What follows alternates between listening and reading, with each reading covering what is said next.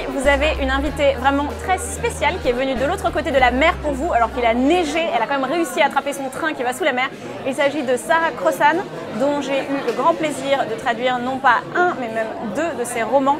Sarah Crossan, c'est l'impératrice du roman en vers à l'anglo-saxonne. Son livre One a gagné le Carnegie, qui est la médaille la plus prestigieuse de littérature jeunesse outre-Manche.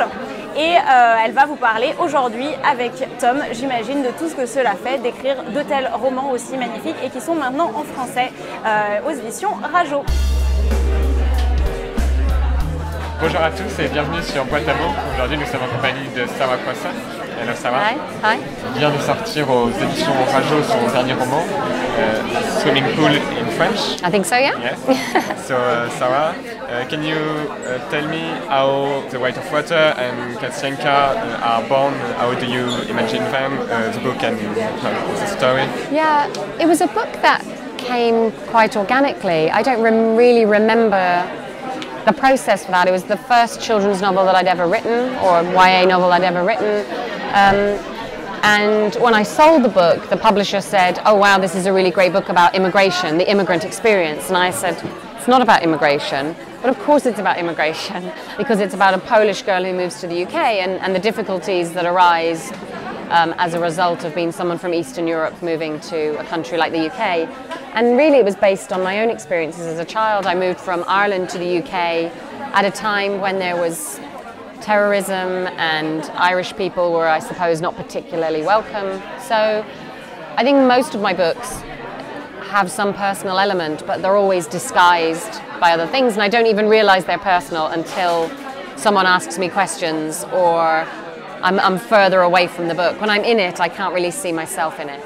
You said that it's not really on immigration, and I'm quite agree, because I think it's a story of find our own place in the world and in society. Yeah, I think it's about more than that. I think that, it's about how you fit in, and how you fit in but also stand out just enough. So how can I find my place but also be special? And that's a balance that we're all trying to get throughout our lives, I think. And it's also, I suppose, for me, a little bit about how girls bully each other and how they use relationships to do that, and boys don't necessarily use relationships in those ways.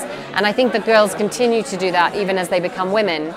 And I mean, that's why do girls do that? There's loads of reasons, but I think, you know, we're taught to be nice. And if you're taught to be nice, how do you deal with conflict? So I think it's also, in some ways, a kind of a feminist text, because it looks at that issue of how women interact with each other and perhaps why we interact with each other in that way.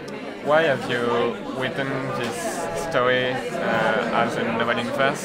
Yeah, I mean, I think that if I were being interviewed in the United States, the question might arise, but it perhaps wouldn't, because it's such an accepted form of novel there. And I was living in America at the time, and I was teaching the verse novel.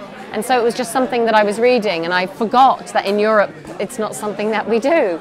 And then when I sold the book in the UK and then in Ireland, it felt like it was kind of a bit of a difficult sell. It's becoming easier because I think people are starting to see the advantages of verse. You can read it quickly to start with, and both young people who are struggling with reading, and then also the very able who want to look at things and analyse them a little bit closer. Both of those types of readers are satisfied in verse. Maybe it's a way to go to the essential feelings of... you're constantly at the heart of the story.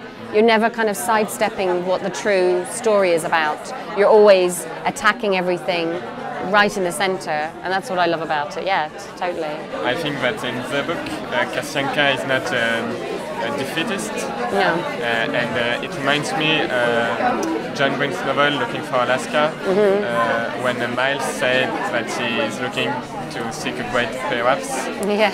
And I think that it's what Kasianka did in the book when she's swimming. Maybe she's thinking he's great perhaps. Is reason to, I don't know if I can say it in English, is her reason to life. Yeah.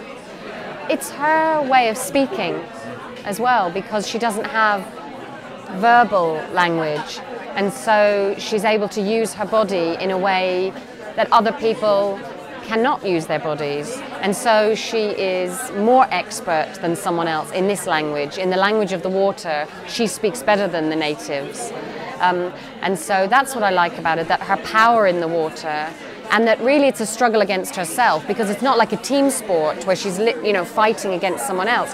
She's trying to beat her own time, and she's trying to beat the water. So it is an internal struggle. But there's an important moment in the book where she looks to be saved. She's looking for people to save her, and she's reminded that she can save herself. And I think that's so key to both a story for teens, but just for everybody, that idea that ultimately we can save ourselves if we have the courage to do it, and that we don't need an external force telling us what to do or giving us advice or standing up for us, that ultimately the power is within us all. Okay, shall I open it now? It feels like my birthday. Happy birthday to me. I'll just take the top one. Peur? Fear? The thing that comes to mind is an author called Susan Jeffers, who wrote a book called Feel the Fear and Do It Anyway, about how everyone has fear, and what we imagine is that people that are going out there and they are climbing mountains and they are asking people on dates, they don't have any fear. But that's not true.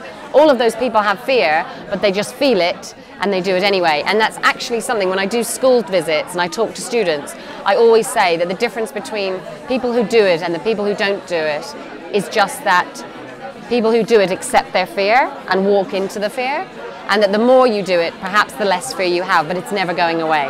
So feel the fear and do it anyway, I think. That's it.